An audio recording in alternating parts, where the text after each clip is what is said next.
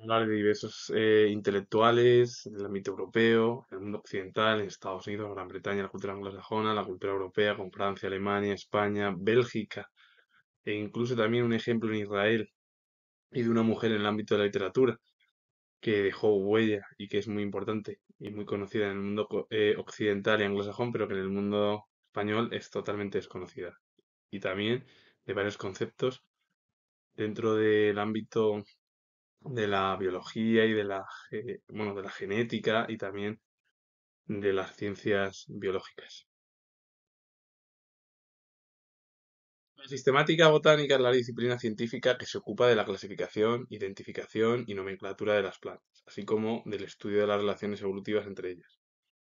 En esencia es la taxonomía vegetal que busca comprender la diversidad de las plantas y su organización jerárquica. Es decir, que la sistemática botánica lo que estudia es, al final, es la clasificación, identificación y nomenclatura de toda la flora y esas relaciones evolutivas que hay entre ellas. Es verdad que es, en esencia, la taxonomía vegetal que busca comprender al final la diversidad de las plantas y su organización jerárquica, porque eso es la taxonomía vegetal. La sistemática botánica es el estudio de cómo se clasifican, de cómo se identifican, de cómo esa nomenclatura, de cuáles son las relaciones entre las diversas floras que existen. La biogeografía es la ciencia que estudia la distribución geográfica de los seres vivos, es decir, cómo y dónde se encuentran las especies y los ecosistemas de la Tierra. Analiza las causas de esta distribución, incluyendo factores ambientales y evolutivos, y cómo los seres vivos interactúan entre sí y su entorno. Es decir, que la biogeografía es, al final, es la estructura y es el estudio al final de la Tierra y cómo van interactuando los seres vivos con los seres humanos, también, bueno, los seres humanos, la flora y la flora y la fauna, y es al final el estudio de cómo es la Tierra, pues las especies que existen, los ecosistemas, es decir, todo lo que tiene el propio planeta. La sociobiología es el estudio interdisciplinar de las bases biológicas del comportamiento social, incluyendo el de los seres humanos. Busca explicar el comportamiento social en términos de la evolución y selección natural, con énfasis en cómo la transmisión genética contribuye a las características sociales de las especies. Es decir, que eso en realidad es casi el estudio de cómo nos comportamos todos con nuestro entorno, que es la biología, dentro de de los caracteres sociológicos o, bueno, sociales, y lo que al final es como te explica ese comportamiento social en términos de la evolución y la selección natural, con énfasis como la transmisión genética, es decir, cómo está estructurada las diferentes especies, incluida la fauna y la flora y también los seres humanos y esas características sociales que tenemos las especies, cómo interactuamos entre nosotros y cómo interactuamos con el medio ambiente. Eso sería el término de sociobiología. La taxonomía vegetal es la rama de la botánica que se encarga de la clasificación y ordenación de las plantas, así como de los principios, métodos y normas que regulan dicha clasificación. Su objetivo es agrupar las plantas en categorías jerárquicas basadas en sus características comunes y relaciones evolutivas, facilitando la identificación y comprensión de la biodiversidad. Es decir, es casi el estudio y cómo se comporta, bueno, cómo está estructurado jerárquicamente, pero que en realidad son los principios, métodos y normas que regulan toda esa clasificación, que es muy parecida a la sistemática botánica. Lo que pasa es que la sistemática botánica lo que te hace es un estudio más general. Bueno, pues la taxonomía es una rama de la propia botánica que estudia también y cómo se van clasificando, pues, esos principios, métodos, normas en el ámbito de dicha clasificación. Claro, al final todo está basado en la taxonomía digital, que es las categorías jerárquicas, basadas en características, pues, comunes y relaciones evolutivas, cómo podemos identificarlas, cómo podemos comprenderlas dentro de la biodiversidad. Es decir, es un estudio al final de cómo es la flora en el entorno en el que reside o su propio hábitat. La teoría cromosómica de la herencia establece que los genes, los factores hereditarios, se encuentran en los cromosomas y que el comportamiento de los cromosomas durante la meiosis explica las leyes de Mendel. En esencia, los cromosomas son los portadores de la información genética y los genes están ubicados en lugares específicos dentro de ellos, llamados loci. La teoría cromosómica de la herencia es, al final, la herencia que recibimos, pues, de nuestros antepasados, de, por ejemplo, el estudio de la flora, de la fauna o incluso de los seres humanos. La paleontología es la ciencia que estudia los organismos que vivieron en el pasado a través del registro fósil, reconstruyendo la vida y su entorno.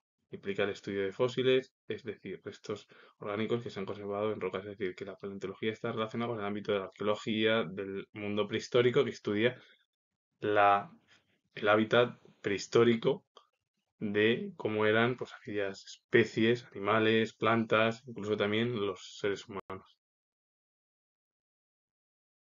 La parasitología es la rama de la ciencia que estudia los parásitos, organismos vivos que viven a expensas de otro organismo, que sería el huésped, pues el huésped. Estos parásitos pueden causar enfermedades y afectar a la salud del huésped. La parasitología médica estudia los parásitos que afectan a los humanos. La parasitología veterinaria se enfoca en el estudio de los parásitos que afectan a los animales. Pues la parasitología es el estudio de los parásitos que viven en el otro organismo, que sería el huésped, y lo que estudian es las enfermedades, cómo puede afectar la salud de ese huésped, ya sea en humanos, en animales, y claro, ahí dependiendo, pues hay parasitología médica, que es para cómo investigar o estudiar y evitar que haya enfermedades y cómo afectan a a los propios seres humanos, o la parasitología veterinaria, que es la afección más en el estudio de esos parásitos que afectan a los propios animales, a la fauna. La horticultura en la práctica es cultivar plantas en huertos, generalmente pues pueden ser frutas, verduras, hortalizas, flores y plantas ornamentales, que pueden ser de dos maneras, un consumo propio, para pues, en la que se realiza un huerto de casa, o que sean ya para fines comerciales, que ya sean grandes cultivos, pues para la venta en los supermercados o en diferentes establecimientos de alimentación. Finalizados los diversos conceptos, voy a empezar a hablar de los propios intelectuales. Lucien Cuenot fue biólogo francés, ocupó la cátedra de zoología en la Universidad de Nancy, llevó a cabo importantes estudios sobre la herencia y demostró que las leyes de Mendel eran aplicables a los animales, propuso la teoría de la preadaptación para explicar los fenómenos que se observaban en el proceso evolutivo. Y su obra es La génesis de las especies animales. Lucien Cuenot lo que hizo fue pues, llevar a cabo estudio de la herencia y demostró incluso que las propias leyes de Mendel se podían aplicar no solo en los seres humanos, sino también en los animales. De ahí que propusiese, como propuso la teoría de la preadaptación, para explicar los fenómenos que se observaban en el proceso evolutivo. Es decir, que anteriormente había una serie de procesos que se tenían que adaptar, parte de los animales, la fauna, la flora e incluso también los seres humanos, y es algo que, bueno, pues es como una herencia y un estudio. Por ello, Lucien Cuinot estudió al final la herencia, demostró que las leyes de Mendel eran aplicables también a los animales y no solo a los seres humanos. Karl Correns fue biólogo alemán. Junto a Chesmar y de Vries, redescubrió a comienzos del siglo XX las leyes de Mendel. Fue director del Instituto de Biología Experimental de Berlín-Dahlem. Un hombre, bueno, pues que estudió leyes de Mendel junto a otros como de Vries o Chesmar, las leyes de Mendel a comienzos del siglo pasado. Mendelman o Mann fue escritor, poeta y narrador israelí de origen polaco, de expresión yiddish. Mostró en su obra la significación simbólica de la realidad cotidiana. Y una de sus obras es El pueblo abandonado de 1954. Un hombre, bueno, que al final habló en su propia obra literaria, bueno, pues esa significación simbólica de la realidad cotidiana, es decir, lo que él vivía y dejó huella en el ámbito literario de Israel.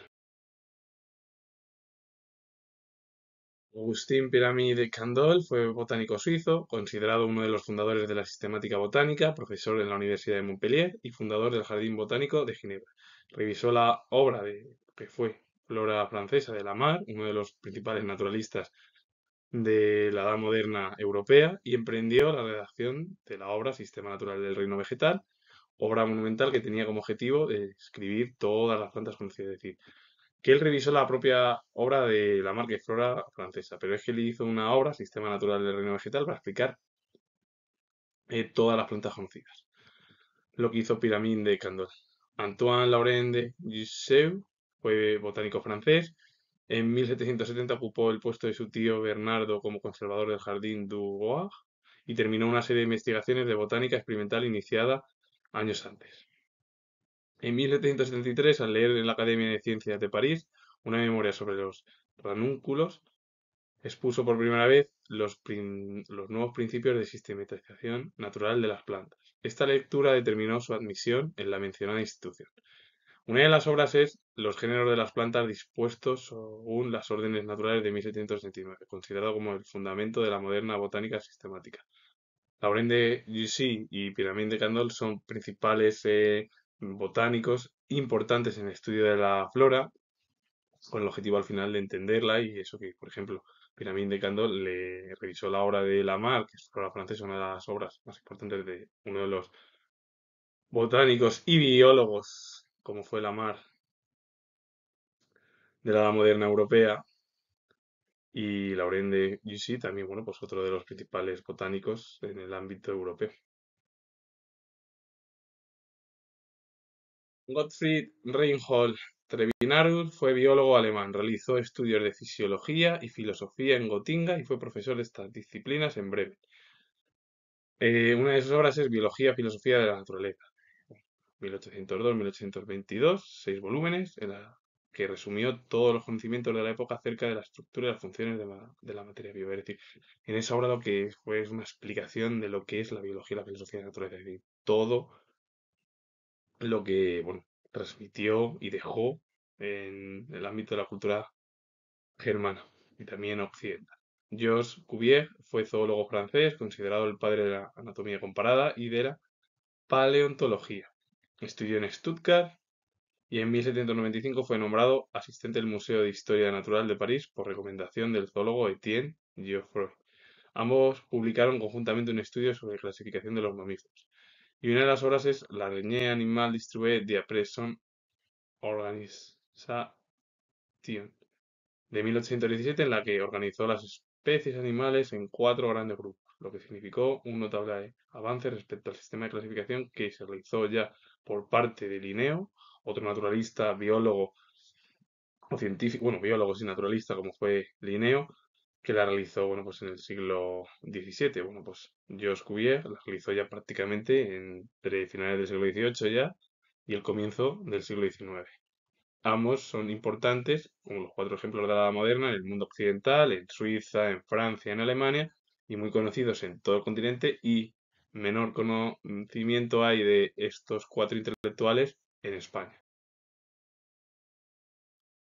Edward Osborne Wilson fue biólogo estadounidense, iniciador de la teoría de la sociobiología, que ofrecía una nueva visión de la biología evolutiva. Apasionado conservacionista y reputado estudioso de las hormigas y otros insectos, acuñó el término biodiversidad, hoy en día de uso generalizado, y realizó importantes estudios en el campo de la ecología, en relación con la biogeografía y la formación de nuevas especies. La obra es The Theory of Island Biogeography de 1967. Estudió la formación de especies en las islas, así como la disminución de la biodiversidad que experimentan los ecosistemas insulares. Es un estudio prácticamente de cómo se forman especies en las islas, es decir, esa formación que viven, bueno, pues casi prácticamente el hábitat de las propias especies en esas islas y cómo experimentan esos sistemas, pues, insulares. Theodosius Dobzhansky fue genetista estadounidense de origen ruso, formado en la Universidad de Kiev. Emigró en 1927 a Estados Unidos, donde amplió sus estudios junto a Thomas Hunt Morgan, otro biólogo importante en Estados Unidos. Y además, el propio Dobzhansky lo hizo en la Universidad de Columbia. Lo hizo junto a Han Morgan, los dos, en esa universidad que es la Universidad de Columbia, como he nombrado. Realizó importantes estudios genéticos sobre la mosca del vinagre, que es Drosophila. Impulsó la disciplina de la genética de población y formuló, junto con Ernst Mayr, el actual concepto biológico de especie. Una de las obras es Genética y el origen de las especies de 1967.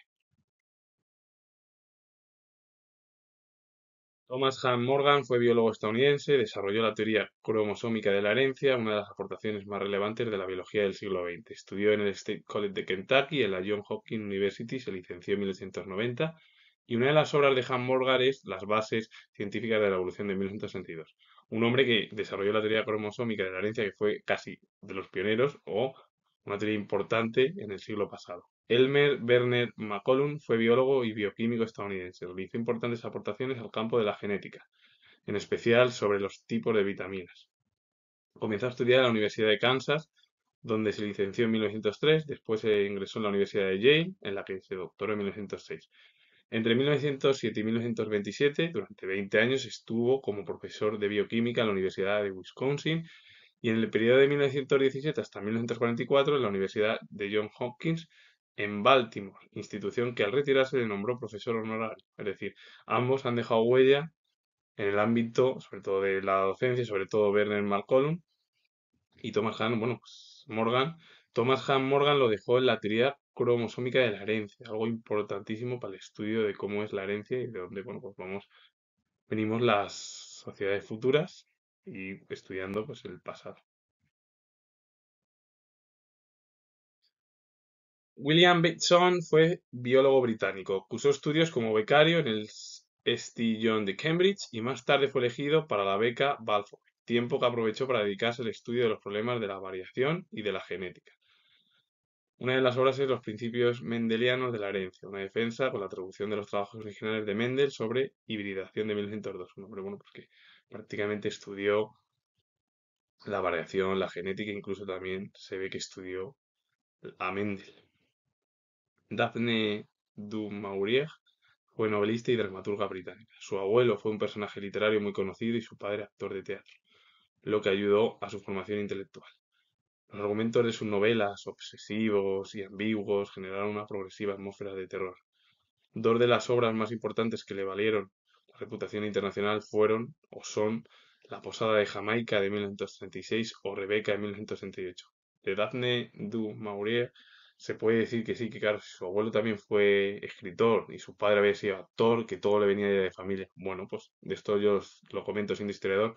Ella durante el siglo XX se tuvo que buscar la vida e incluso luchó contra esa desigualdad que existía no solo en Gran Bretaña, sino en el ámbito europeo y también en América, porque es verdad que la igualdad entre las mujeres llegó primero a la cultura anglosajona, pero no fue hasta a Gran Bretaña o Estados Unidos. Primero fue a Australia, Nueva Zelanda y luego de ahí se trasladó a Gran Bretaña, Estados Unidos. Es decir, que no, que se puede decir, no, bueno, como su abuelo, como su padre estaban en el mundo literario o en el mundo artístico de la literatura, ella lo tuvo sencillo, ¿no? Porque ella también se buscó la vida y luchó por esa igualdad en el siglo XX entre hombres y mujeres en la literatura anglosajona.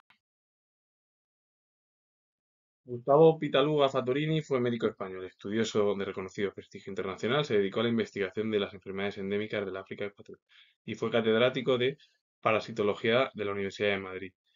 Pitaluga Fattorini fue uno de los médicos más importantes y con una reputación internacional. Y bueno, pues en España, como siempre sucede, bueno, pues dejado un poco en el olvido en el ámbito histórico y científico, pero que tuvo, vamos, una gran repercusión en la medicina del siglo XX. Bueno, comentar de todo ello que Ramón y Cajal, incluso, que fue el científico más importante en la historia de la ciencia de nuestro país, y también ha quedado un poco en el olvido, aunque no tanto, pues Pitaluga Fattorini o incluso Carlos Jiménez Díaz, que Carlos Jiménez Díaz fue discípulo, bueno, pues estuvo cercano Jiménez Díaz con Ramón y Cajal.